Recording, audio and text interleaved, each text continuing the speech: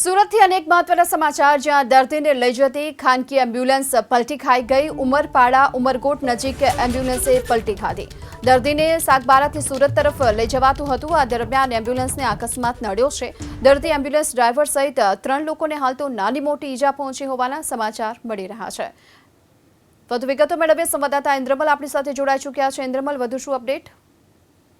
બિલકુલ હાલ છે તે જે ત્રણેય એમ્બ્યુલન્સની અંદર પેશન્ટ અને જે ચાલક હતા તેમને છે તે ઉમરપાડા સરકારી હોસ્પિટલ ખાતે સારવાર અર્થે ખસેડવામાં આવ્યા છે। સામાન્ય ઈજા તેઓને થઈ છે।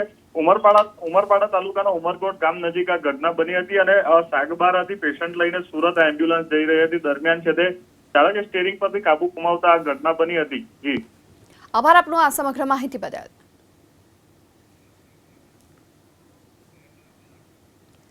ભાવનગરથી મહત્વના સમાચાર જ્યાં ભરતનગર વિસ્તારમાં પાણીનો વેડફાટ થયાનું સામે આવી રહ્યું છે। હજારો લીટર પાણી અહીં વેડફાઈ ચૂક્યું છે। નવી લાઈન નાખવાની કામગીરી શરૂ હતી। આ દરમિયાન જૂની લાઈન લીકેજ થવાની ઘટના બની છે। પાણીની પાઇપલાઇન લીકેજ થતાની સાથે રસ્તા પર હાલ તો પાણી ફરી વળ્યા છે। ભરતનગર વિસ્તારમાં હાલ પાણીનો વેડફાટ થતો જોવા મળ્યો છે। હજારો લીટર પાણી વેડફાઈ ગયું કારણ કે અહીં જ્યારે નવી લાઈન નાખવાની કામગીરી ચાલતી હતી એ દરમિયાન જૂની લાઈનમાં લીકેજ થયું અને તેના કારણે આ પાણીનો વેડફાટ થતો જોવા મળ્યો છે।